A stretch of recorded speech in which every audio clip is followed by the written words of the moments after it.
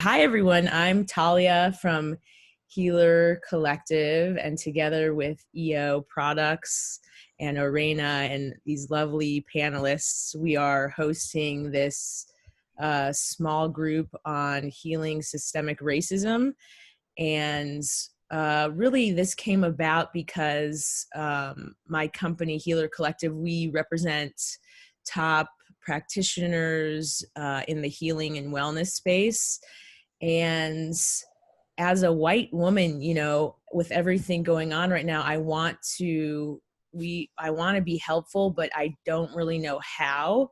And there's a lot of talk about how saying nothing is contributing to the problem. So I really wanted to host this group along with our partners to bring in everyday voices to talk about their various perspectives, so we can hear what it's like from people of all different races, and as a healing collective, we can not just quickly jump to solutions. I think it's important to empathize with the problem and really understand this multi-layered, 200-year-long issue, but also to see how we can move through it as a group, and what can we do in this world to be positive and also take action. And whether we're white, black, Latino, all different Asian races. So that's how this really came about. A dear friend of mine who started grounded.org, which is a nonprofit for climate change solutions, introduced me to Aurana. And it just quickly came together. And so she's an intuitive healer and a health and wellness coach, I believe. Yeah, you can correct me if I'm wrong. I want to share a little bit more about your work. But she's deeply intuitive, and as we're talking, she's going to be leading and asking questions, and she'll be working on the group's field and sort of grounding the conversation so we can all get into a more heartfelt space around this, and just learn how we can all help one another, and really listen deeply and learn, and hopefully come out of this with some more wisdom. And so that's why we're here. And so it's going to basically go, we're going to ask Aurana's going to ask various questions to each of the panelists, tell them to share about their story, ask them questions. And then towards the end, the last 15 minutes, we can ask group questions. While you're in the room, feel free to chat questions or anything as the panelists are speaking, and we'll moderate the questions as we go. So we're very excited and grateful to have you here. Thank you. It's very brave of you to want to even explore this topic. I know I feel guilt and shame, and there isn't really anything that I've done, just sort of been ignorant, I guess, and gone along with the system in the past. And I really want to change that so that we can help our fellow, brothers and sisters. Yeah, brothers and sisters heal. So yeah, with that, I'll give this over to Aurana. Thank you very much. Thank you, Talia. Hi, everybody. Hello, Aurana. I am going to do my very best to create an intimate, safe space via technology, right? So I hope that through this modern technology platform that we have, all of you can feel my heart as I speak and as I listen. Thank you, Talia, for this opportunity on behalf of Healer Collective, and also Julia, who will probably be chiming in soon, who is a mutual friend of ours, and the CEO of Grounded Environmental Organization. Also, big thank you to everyone on the panel. You're my dear friends, and I'm grateful that you have trusted me, and that you have been brave enough to step forward at this really fragile time for everybody, to share your stories. And to those of you, some of you, I see your names, and some of you I know, which is fantastic. And some of you, I'm looking forward to getting to know, but I know that this is a community of primarily yogis, healers, meditators, sound bath practitioners. So this kind of healing community is very much, reflective of my world. And so that is an even greater privilege to be sharing with all of you healers. It's my guided intention to offer this platform for shared stories from everyday people, different perspectives, colors, tones, so that we can all ultimately connect as humanity. And it's my spiritual purview that we are all God's children, that we all come from one creator of love, and that love that we come from, regardless of how we look, makes us brothers and sisters. And so as we come together today as a collective, we come together in our humanness, and we come together regardless of how we may look, in the name of our creator, love. And before we begin, I would just like to say a prayer, which, religious or not, you can join or not, but I just want to take a few seconds to ask that there's loving light surrounding this open discussion. Prayer for the blessings of all of those present. Prayer for the blessings of all of those around the world who particularly need blessings at this time. And prayer for our beloved earth that we call home. Amen. So today we have 4 guests. We have, and I want to apologize. It's kind of interesting, but I have this light coming through my frame. And I said earlier, maybe it's some loving light that's sending a sign. I don't know what it's about or how to do anything about it. So I'm just going with it with gratitude. So first of all, we are going to hear from Donna. And Donna and I met, I guess, a few years back through a mutual friend, Anne, who's somewhere on here today. And we're also going to then hear from Tricia. And gosh, Tricia, I've known since our college days. Hi. And Berny, who I know through my very dear friend, like sister Teresa. And last but not least, Harry, who I had the pleasure of working with last year. And so this is such a wonderful group of people who I've gotten a chance to know over the years, more recently Bernie, and just am happy to be able to facilitate their stories with you. So having said that, and Donna, I'm going to try and make it so that you can at least see me, but at least you guys know I'm in the light, right?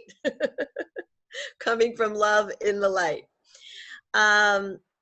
So Donna, let's start with you. I want to say, first of all, that I feel connected to your story, not only as a fellow woman of color, but also as a mother to a son. And can you tell me a little bit about your son? What was he like? Just share with us his story. Sure. Yes. Again, thank you for inviting me to be here and to also shine a light on Cliff. And I'm also a mother and a proud grandmother as well. And what brought me here in this conversation, I'm going to share a little bit about Cliff. Cliff was an amazing person, very loving, very caring, and he was an encourager to his friends. He was tall and handsome, and he always approached me with a hug, and he loved to sing to me, "Oh Mama, how I love you." He was very supportive in his community. Wow. I remember a woman shared with me, an elderly woman actually told me that, and I knew she needed someone to help her move, and she had no one to help her. She was in her 70s. And I told Cliff, and Cliff went and got his college friends. They got the U-Haul truck and went to her home and helped her move. That's who Cliff, the person that I brought into this world. He was in college. His objective was to be an attorney. And on spring break, he came home, spent some time with me, and we were sharing about his future. We were taking on the new chapter in his life. And I remember looking at Cliff, how tall he was, and his pants pulled up to his waist. And I said, yes, my son is becoming into a man. And I was so proud of Cliff.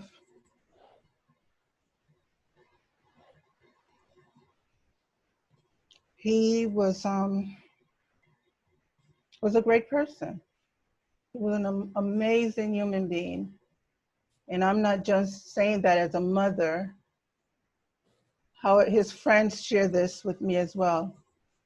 I remember a woman met me in the grocery store, and she told me how Cliff was a mentor to some of the young men in the community. And there was one man that looked up to Cliff, and Cliff was helping him to get into school because he was so inspired by who Cliff was. And Cliff was his mentor and was encouraging him to get in school. His parents was, his mom was on drugs. He came from a single family home, but he was motivated by Cliff as a Black man, so focused, but yet so humble, to motivate the younger teenagers and the younger kids and young teenagers in the community. Cliff, so what brought me here today is Cliff murder. Cliff, is someone saying, okay. I thought someone said something.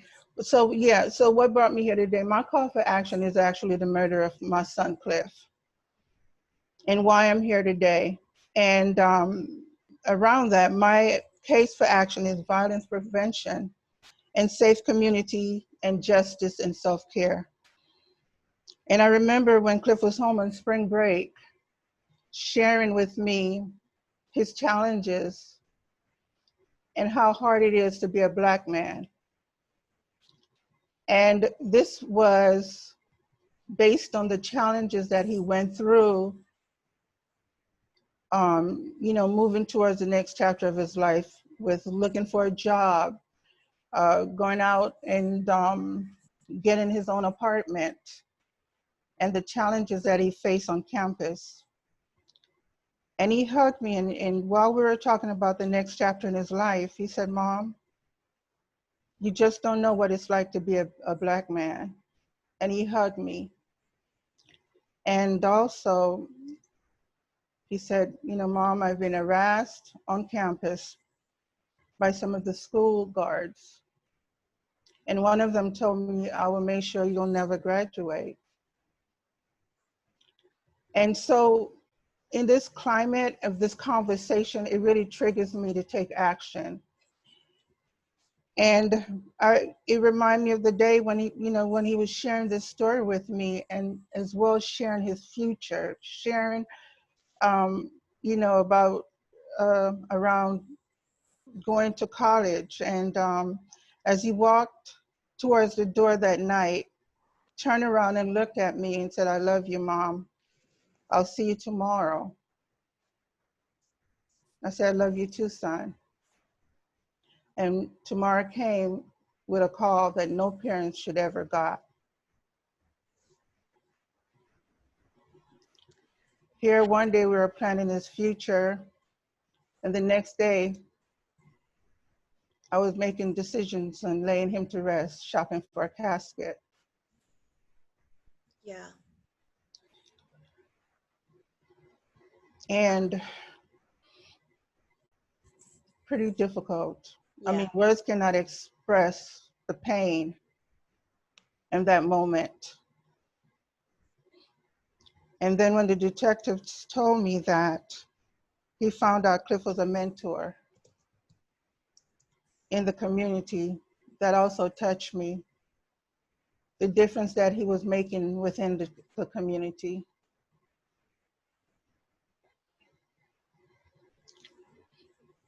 So, Thank you. yeah. Thank you, Donna. I know that that is incredibly difficult to talk about, and all of our hearts go out to you. And as we know, no one knows exactly, you know, who murdered your son, right? Exactly. I don't know who murdered. I haven't gotten justice as yet. Right. Which brings me to my next question. If you could briefly share about your organization to bring justice for your son. So the Justice for Cliff Encouragement Project, again, to hear the news that, you know, your child is murdered, and in that moment, you're in clouds. A lot of confusion, a lot going on, and seeking justice is pretty challenging. Very messy, very challenging. You know, communities are broken, people are hurting, and healing is difficult in the process. Yeah. And the Justice for Cliff, when the detective said that what Cliff was doing, he was a mentor. And then you've another parent saying that Cliff was motivating a young child to go to school and get into college. You know, those things really speak to me. And when I'm present to the hurt in our community and the violence and the injustice and what Cliff stood for, that is how my daughter and I just created the Justice for Cliff Encouragement Project to, as an advocate, because I am an advocate, and to align with policies that keep our community safe and create a space for healing for parents that's broken, for family and friends, for anyone actually. Be able to come in and have a dialogue around what they're dealing with. Mm-hmm. And also to be able to go into the prisons and listen to the offenders, and also bring the dialogue of what it looks like as a survivor. And I got very present to that in the prison. They're broken. They're also victims and survivors within that environment. Yeah. Yeah. And Donna, you shared with me what Cliff's last words were that were very poignant for you. Can you share with us? Wow. There was so many last words that Cliff, wow. One of the last words, there were so many, but one of the last words, "You just don't know what it means to be a Black man," is that? Yeah. Yeah. Yeah. He told you just don't know what it means to be a Black man in this country. In this country. Right. Mm-hmm. Yeah. So that was that was, I feel, his way, perhaps, we don't know, of saying that there was some sort of a racial inclination with the troubles that he was having. There were challenges, yes. Yes. Yes. And he was really feeling the brunt of that and wanting to share that with you. Exactly. He Yeah. was feeling for sure, because he hugged me so tight when he said that, Yeah. you know, Yeah. and that in this moment brings up a lot in the climate that we're in right now. Yes. You know, Yeah. I could hear his words echoing back at me, Mom, you just don't know what it means to be a Black man. And coming from Cliff, who cared about people, he was not looking at color. He wasn't prejudiced at all. He was Yeah. a beautiful heart. Yeah. But yes, that really hurts. You Yeah. know, Donna, our hearts go out to you, and I'm so proud of what you and your daughter have put together for Justice for Cliff. And I'm also so proud of people like my longtime friend Tricia, who has just been on the front lines of all the protest and has been posting and, you know, dare I say, using white privilege to have a voice. And Trish, I think we're going to just segue right into what happened in terms of you putting your voice out there, needing to retreat, come back. What's this process been like for you?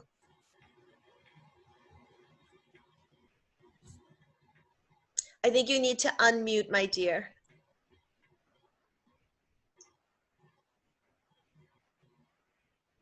Yeah. It's the bottom. Hi, sorry. It's the bottom left of your screen where it says. Yeah, Am I you're audible? good. I'm on. Yeah. I just was saying thank you so much for having me, Raina, and for asking that question. And basically, it is stories like yours, Donna, that as a mother, there could be no worse nightmare that any of us could go through. And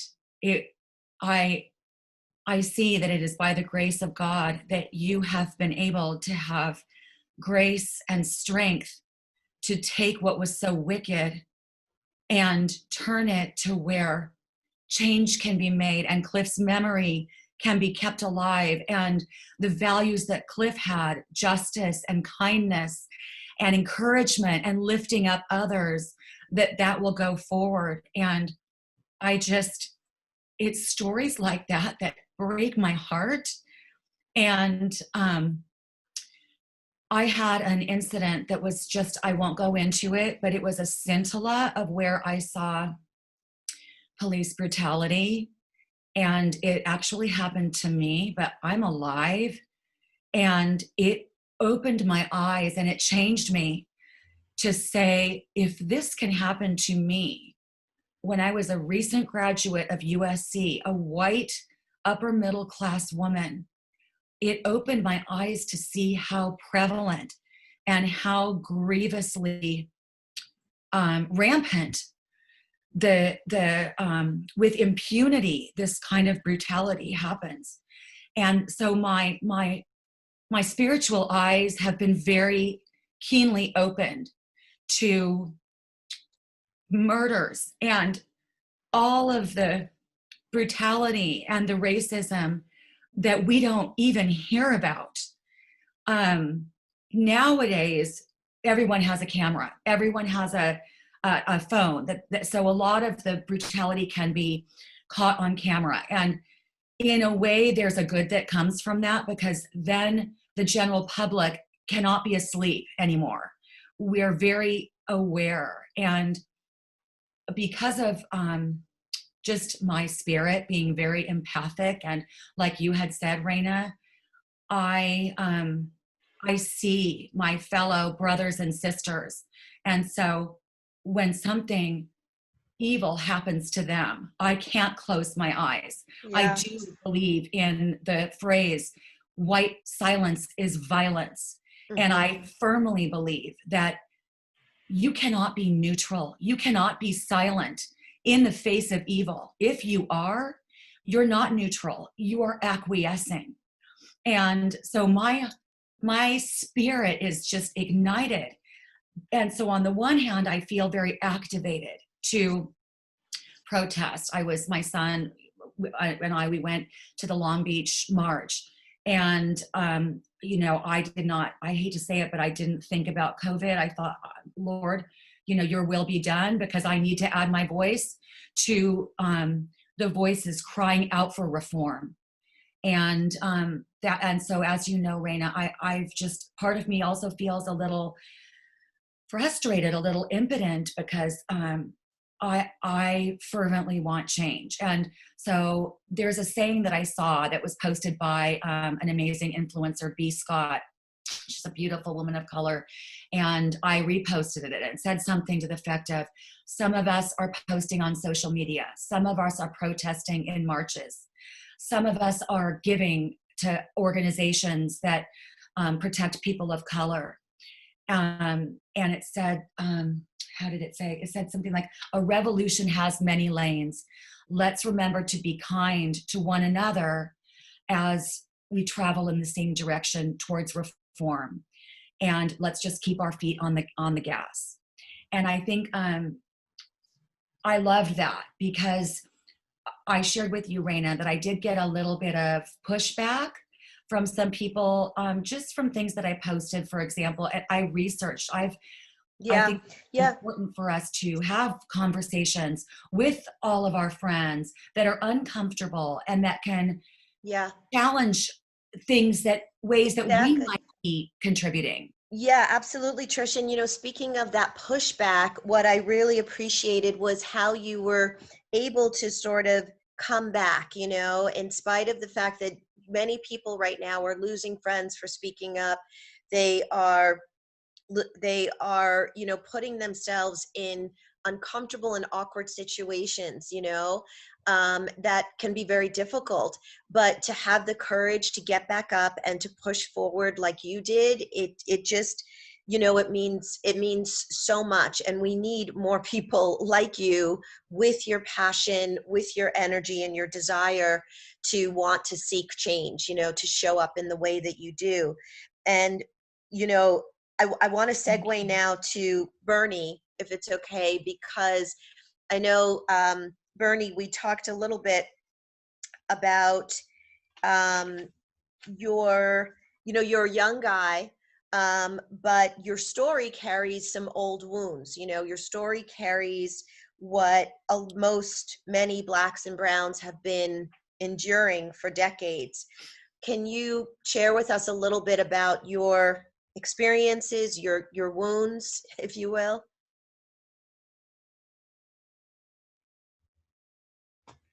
Catch your volume. Yeah. On the bottom left corner, you can just press unmute where it says mute.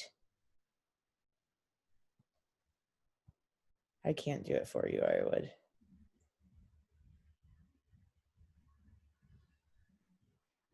Is it not working?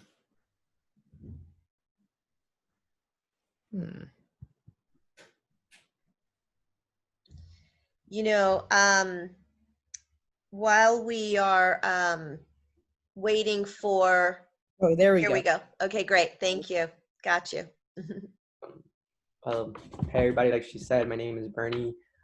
Thank you both for sharing your stories. So I think my story is very similar to that of many of people of color. I am a first generation American. So I saw a lot of the hardships and the blessings of like a first generation family, being in a country that is exploitive towards people in this circumstance. So I think as a child, I was very angry and I didn't understand why. And then the older I got, my first interaction with police was when I was about 11 years old. Me and my Filipino neighbor were skating outside, and a police officer came and like parked his car and told us why were we skating in the street, and very aggressively, very just not conducive. Like, it was just not unnecessary, right? You had an 11 and 13-year-old playing on the street, like on the sidewalk. And And, you know, and I could go on with stories about this, you know, of like my interactions with police, but I think it's more than just like my personal experience, but the systematic issue at hand, right? I think that this is a correlation that is seen across Black and Brown communities, just people of color in general, at a higher rate than any other. And I think that as I've always been a curious person, so at a very young age, I started asking myself, why is this happening? Why are people so poor? I lived in a very central part of LA. So if I went 4 miles north, I was in a wealthy community. You know, if I went 4 miles west, I was in a wealthy community. But if I went 2 miles south, 2 miles east, I was in a very poor community. So I started catching this, right? I went to middle school in the west side of LA, which was nothing like my community. So I think that's when I first started seeing inequalities. I started questioning stuff. I started engaging in activism at the age of 14. So I started very young. Did that throughout high school, eventually went into college for political science, and just furthered my learning and understanding of the systematic issues that were happening. And I think as my knowledge on the information came, so did my anger.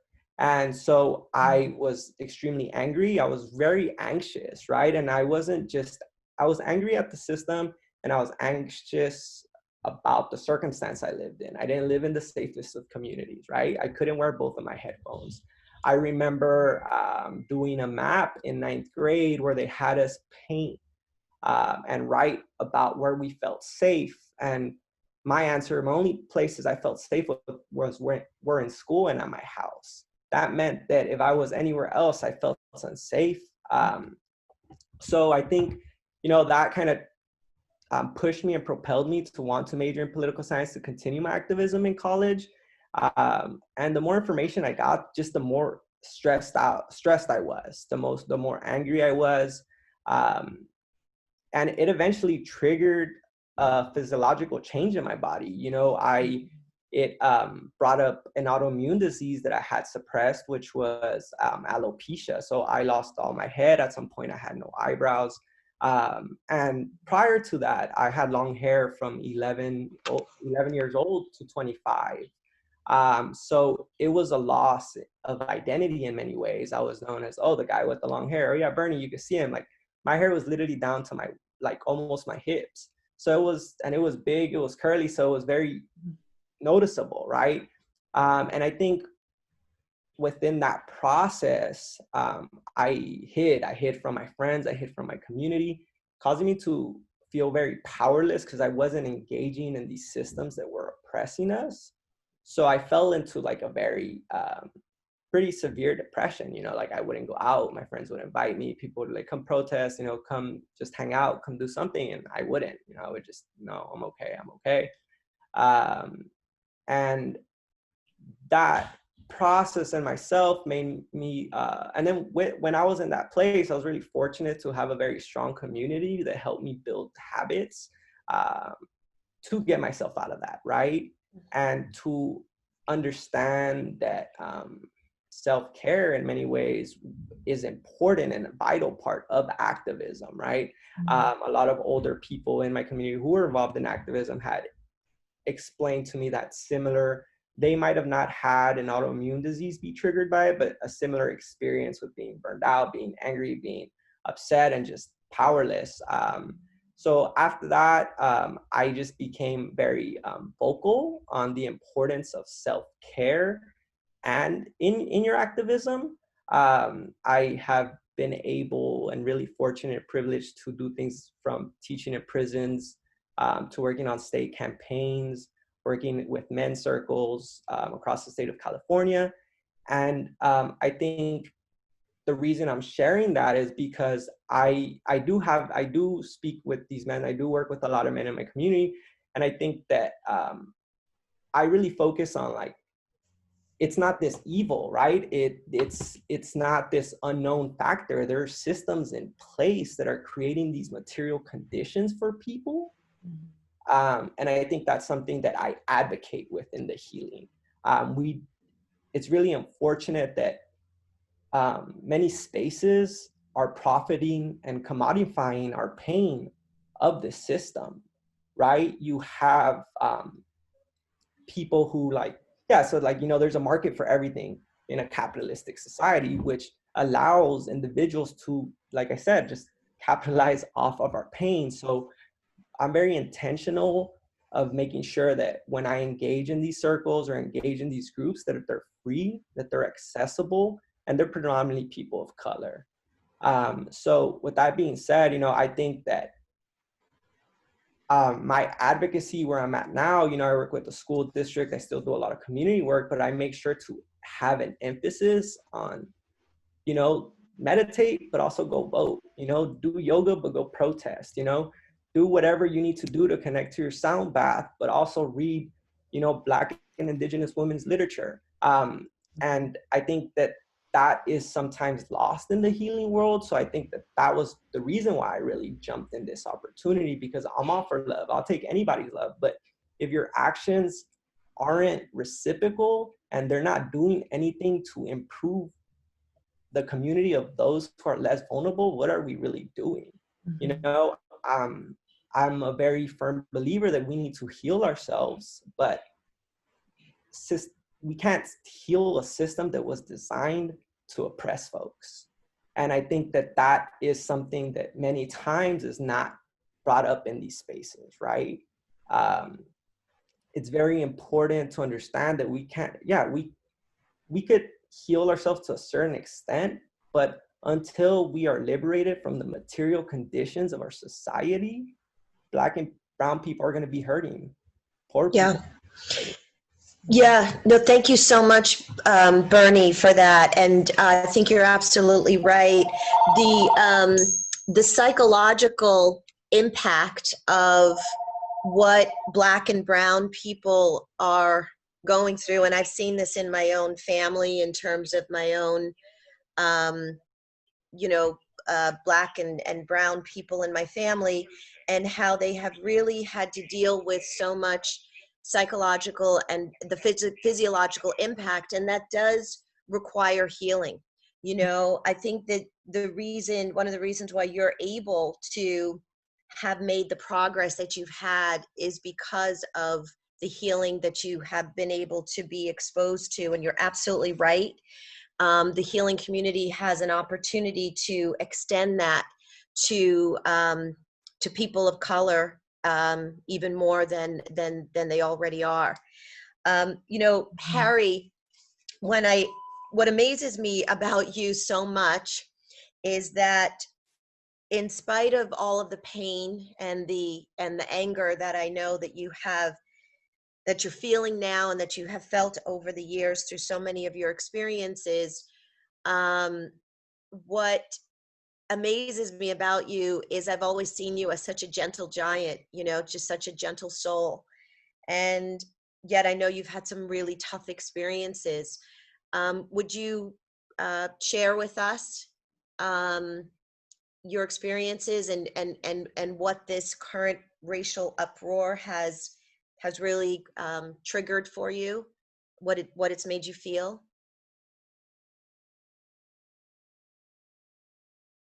Harry, did we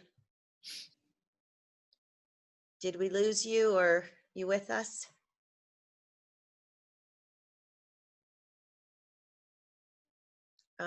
We can't hear you if you're trying to. There we go. There we go. Good. Okay. Thank you. Well, thank you for all those kind words, Raina. And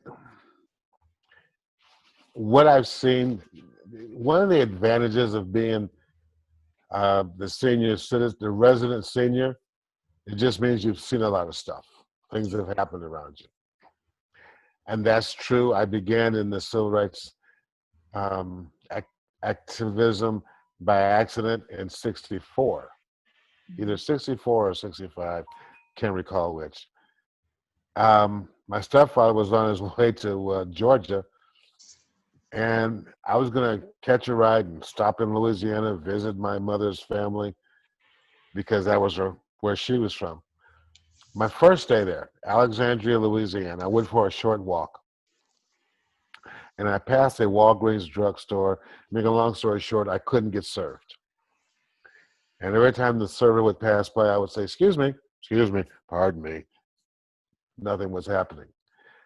Finally, and this was in 64, 65, finally, an old guy, very, very old, he says, what are you doing in here? And I said, well, I came to get the cobbler. And he heard my California accent. He says, oh, you're that Hines boy, my uncle. And he gave me the cobbler and says, go talk to your uncle. And that's when I got the lesson.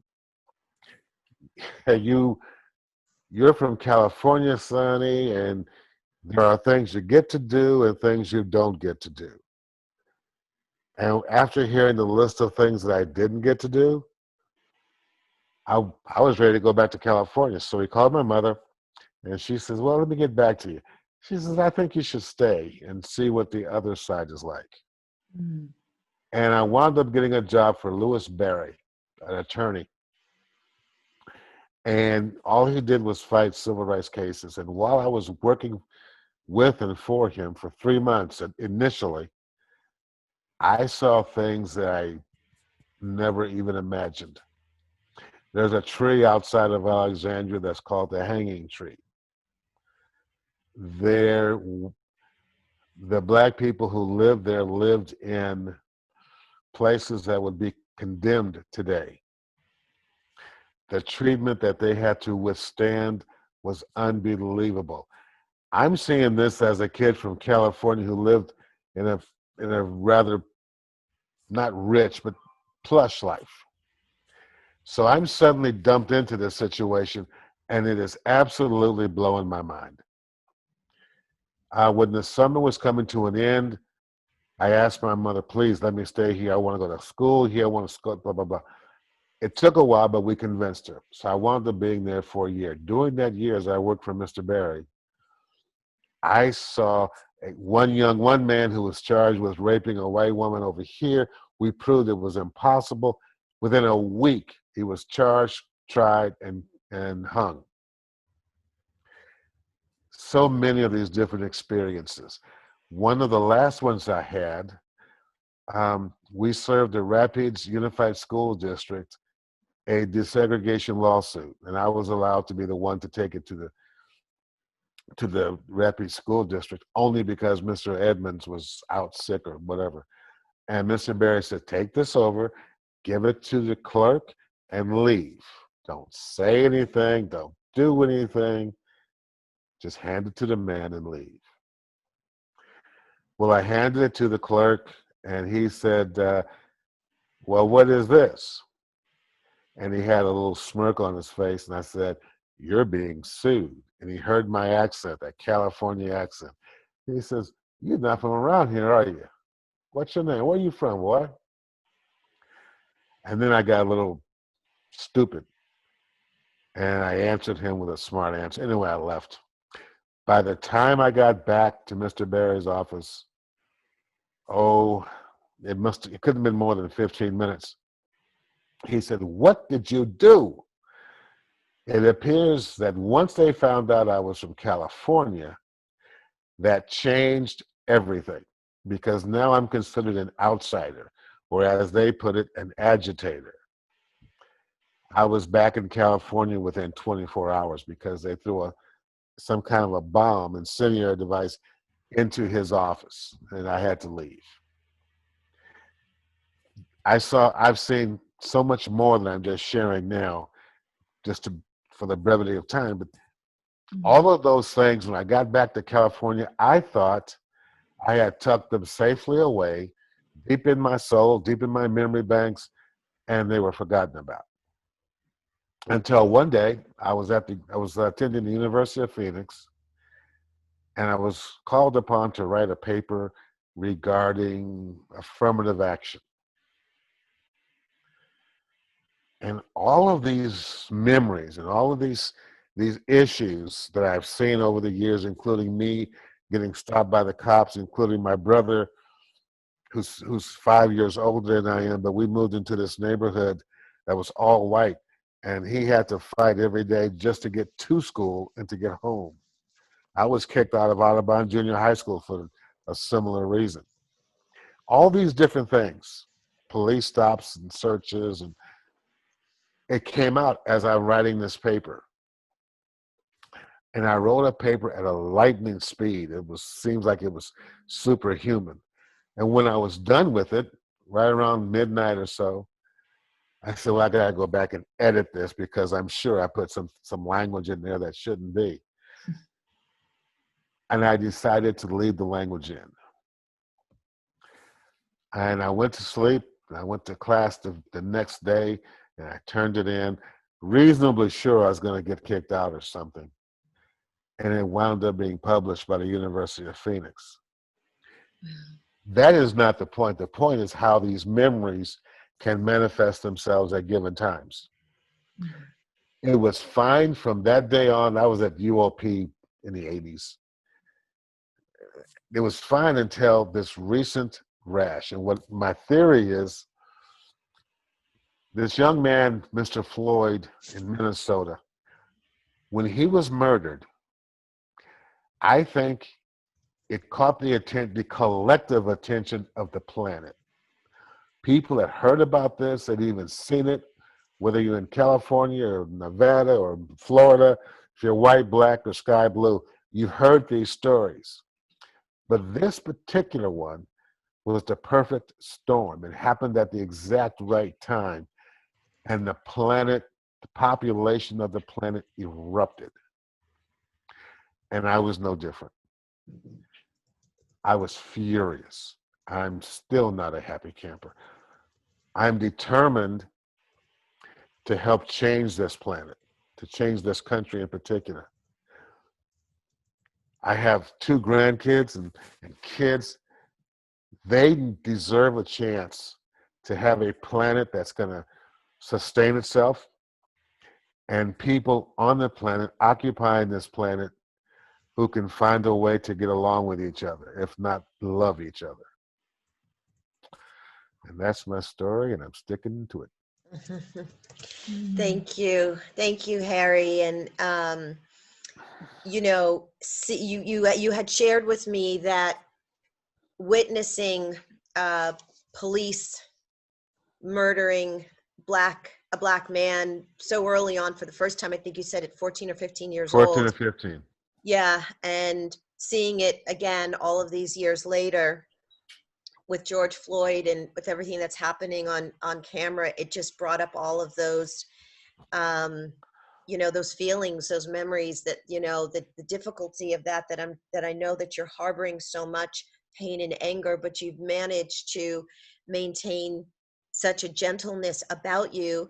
And yet I know that you are very present with your activism. Can you just share with us briefly some of the things you're doing with regards to your activism now? You know, it's interesting.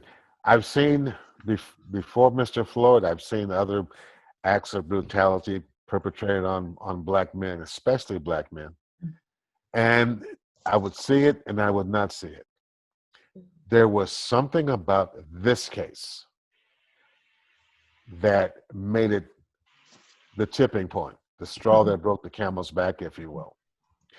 So at 70, I was pretty much retired from activism and from, you know, even working. But this particular incident motivated me. So I got involved with Black Lives Matter. I've attended many of the marches and demonstrations in Santa Clarita because that's where I live. I have led the meetings going to City Hall to get several things done and changed. Santa Clarita, you know, it has this image of being the place. Well, Santa Clarita has serious issues, especially serious racial issues. That's a little secret they would love to keep to themselves, but I'm too old to keep secrets now. That one's out. So in terms of mentoring young people, I've done some of that. I think the most important thing I've done is the 3 kids that I've watched grow up. I've instilled in them, I hope, to do the best they can do, to be honorable, and to be right. If you say something, if you're going to do something, do it. If, on the other hand, you are wrong, don't be afraid to speak up at the same time. So I think that's the most important thing I've been able to contribute to anything or anybody. Thank you. It's somebody said it earlier, forgot who it was, but these conversations have to be had among everybody. Yes. If they're uncomfortable, that's even better. We've got to start talking to each other. I wrote a column recently, and a young lady responded. She says, "Thank you for sharing," and blah, blah, blah. I'm ashamed of my race. And I had to answer her and say, no. Don't be ashamed of your race. Be ashamed of that individual, because the person of your race standing right next to him or right next to you could very well be a magnificent human being. And because you're ashamed of your whole race, you'll miss that. The problem with racism is that it encompasses everybody of a certain ilk, whether it's because you're white, black, brown, yellow, sky blue, or if it's a caste thing, whether you're rich or poor or somewhere in between. All of that limits us. We have to get past those labels and talk to each other openly and honestly. Yeah, thank you. Thank you, Harry. I want to say that we know that Black people have been enslaved for over 400 years, and we have been allegedly free for 155 years, which I can say as we come upon now our Juneteenth tomorrow. And yet there really hasn't been 155 years of freedom. It's been more like 155 years of institutionalized oppression, incarceration, homicide. And these are the things that Black and brown families have known forever. But these are the things that are becoming worldwide aware through social media, really, right? And so now we're at this watershed moment where it isn't just about gathering the information, it isn't just about talking, although these kinds of conversations are so critical, right? Because this is what creates the change. But what we're really called upon to do now is to crack the system. It's like when you crack open an egg and the yolk comes out, right? And we have to crack the system so that the truth can come to light. The truth has to come to light in order for us to heal individually, for us to heal collectively as humanity, and in order for us to heal this planet. It's time now for these truths to be exposed. And all of your stories brought a tremendous amount of truth to light. And so I'm so grateful to each of you for that. Before we open up to our Q&A, I'd like to share just a little anecdote with you. A few years back, I think it was around the time of the Eric Gardner murder, I said to a close friend of mine, I'm going to ask you a question, and I want you to give me an honest answer. And I want you to know that no matter what answer you give me, I'm still going to love you and I'm still going to be your friend. And she said, okay. And the question I asked her was, are you a racist? And without hesitation, she said yes. And I have to say that I was a little bit, I was a little bit shocked. This is probably one of the least racist white people I've ever known. And so my response to her was, can you please explain? And so she went on to explain. She said, it's about conditioning. She said that even a person like herself who has worked really hard to have understanding, compassion, empathy, she still is a victim of the conditioning of a racially oppressed system. And she said that she feels it when she goes into restaurants. She can see where blacks are treated differently than whites. She akened it to going off to war, and how a person who's never shot a gun before can go off to war and be conditioned to kill people comfortably. And so when I talk about bringing truth to light, I think it's important that each of us faces those things within ourselves that we may not want to look at, or that we may be afraid to say. Because if you can't get to that place, they say, like, if you can't, you have to get really sick before you can get better. So if you can't get to the place to look within at our own darkness, our own demons, our own issues, then we will not get any better. So this is a wonderful time in life, and a wonderful opportunity right here on this platform to be able to speak truth, to bring it to the light, so that we're not only healing ourselves, but we're healing those around us. And with that, I would like to just open it up to if anyone has any questions for any of us. I know Talia has been having a question around solutions. And it looks like a couple of people have asked a question here. Talia, did you want to read that out, or shall I? Sure. Helena asks, what actions actually help this movement? There are so many opinions, resources, and actions to take, but would love to hear the opinions of what we can do that can actually start to make a difference. Good. Yeah. Great question. And, I definitely have something I'd like to respond, but before I do, I want to give each of you,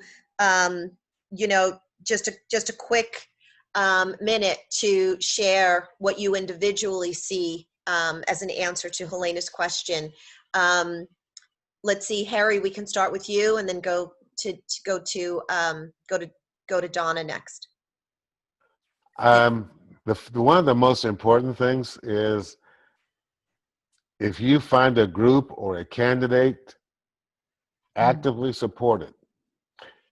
Volunteer to be on the phones, to do the mailings, whatever it is you can do to help them, along with, if you can do it, a donation. That is phenomenal. If you want to volunteer to Black Lives Matter or NAACP, what have you, donate to them. That will help. A college, I happen to have gone to Southern University before I went to the University of Phoenix. So if you want to help donate to a historically Black college, that helps. There's plenty of opportunity to help.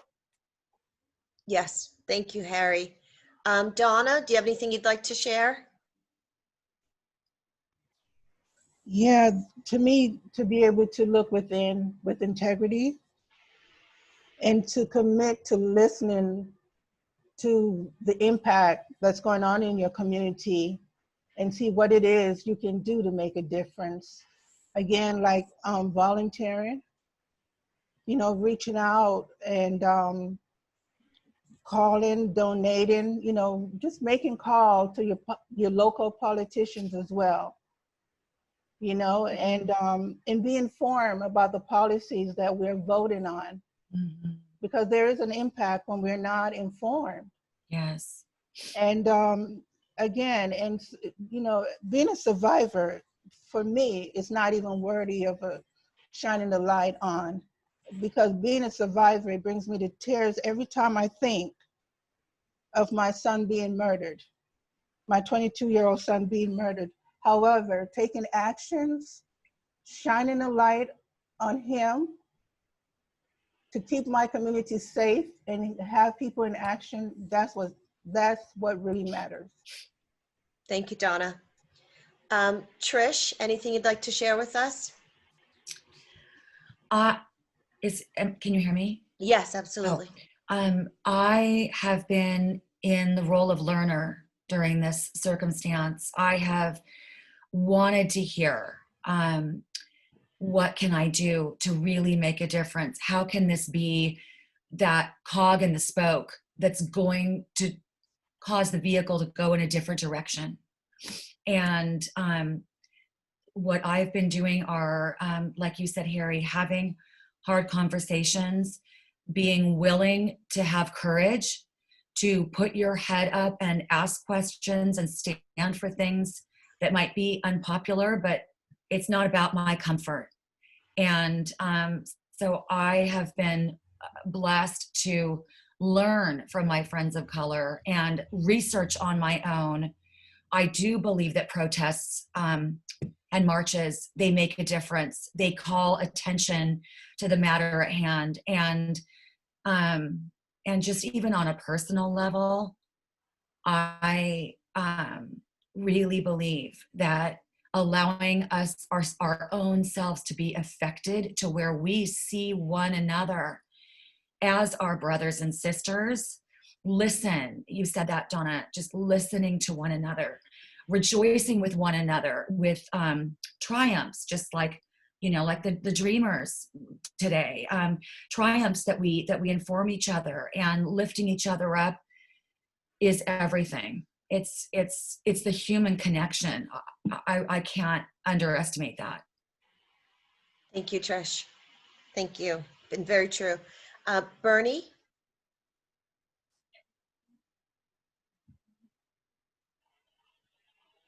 You just, you're mute. There you go.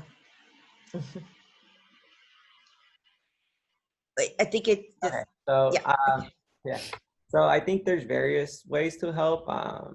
That there's various lanes, right? I think there's a lot of intersections in this oppression. I do think that at the very basic level is having those uncomfortable questions, challenging yourself to grow, I think, really having empathy for what other people are struggling. And I think the skill of decentering yourself is really important. Like for me, for example, when I try to deconstruct how patriarchy has conditioned me, I have to be able to remove myself and be like, yes, like men have various bad tendencies, or, so I do think that decentering yourself is like the first step.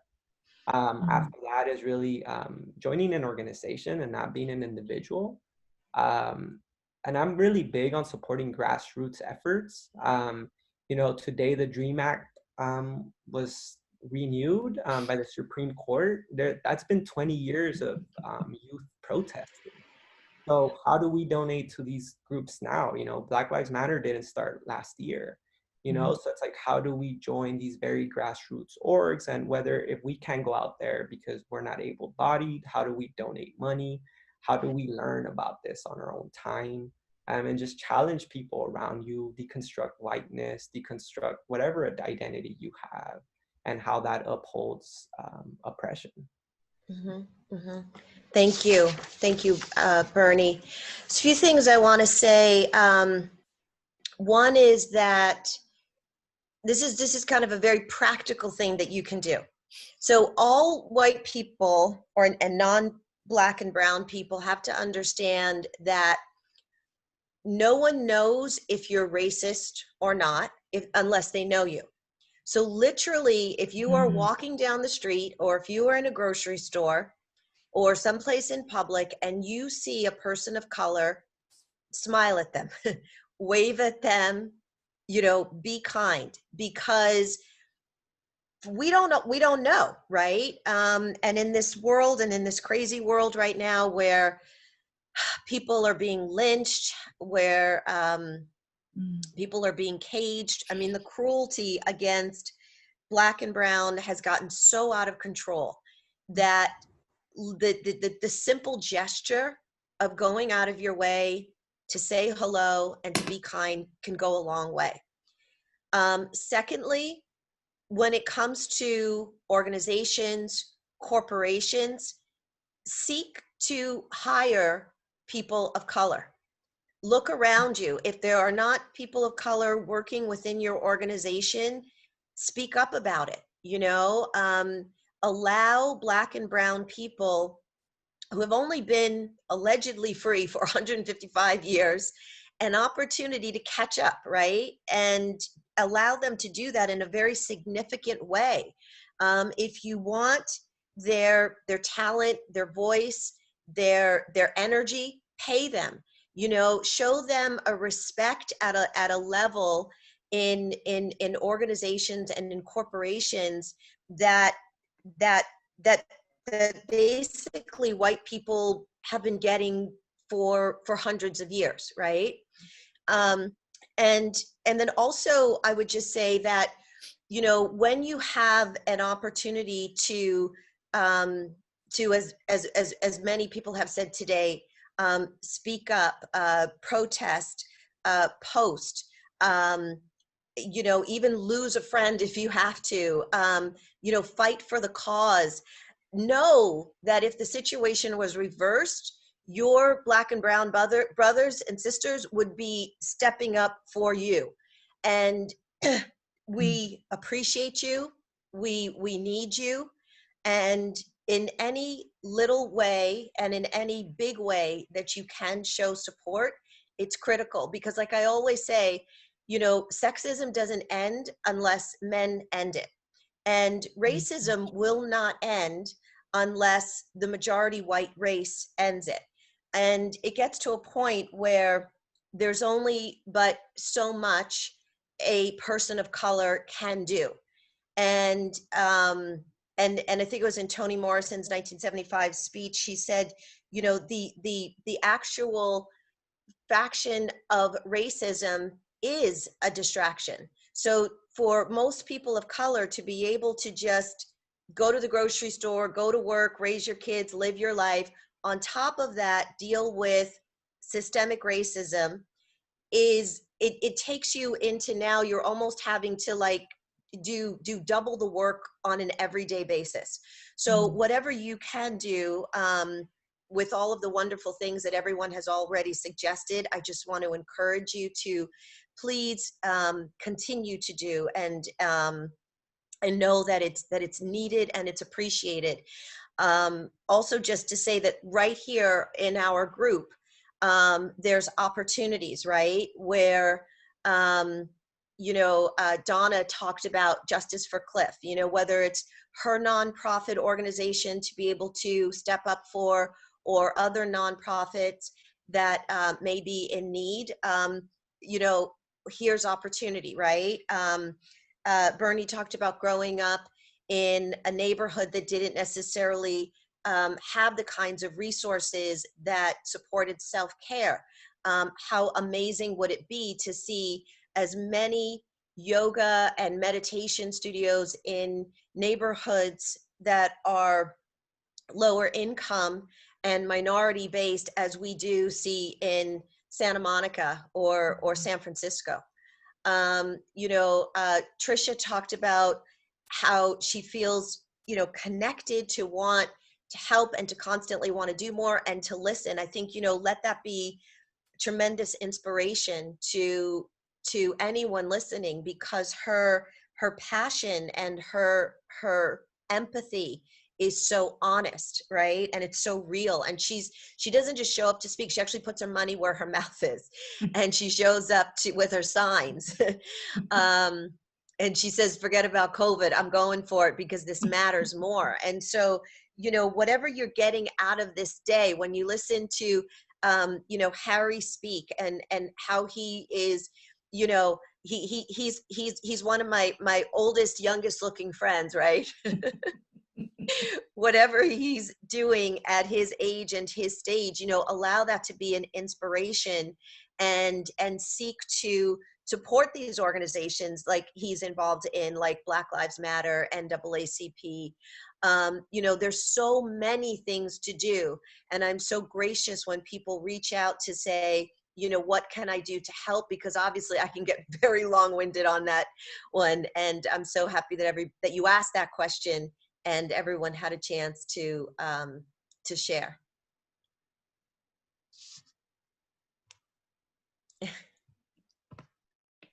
So let's see.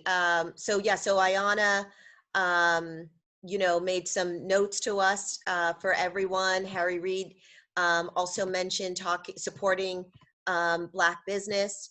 You know, and Ayana saying, you know, to continue to have this conversation. You know, as an advocate in the spiritual coaching and wellness world, it meant a lot to me to be able to communicate to this community, because I know that all of your hearts are in the right place. And but you know, we can only preach to the choir for so long, right? And so we have to extend our story to everybody and anybody who's willing to listen.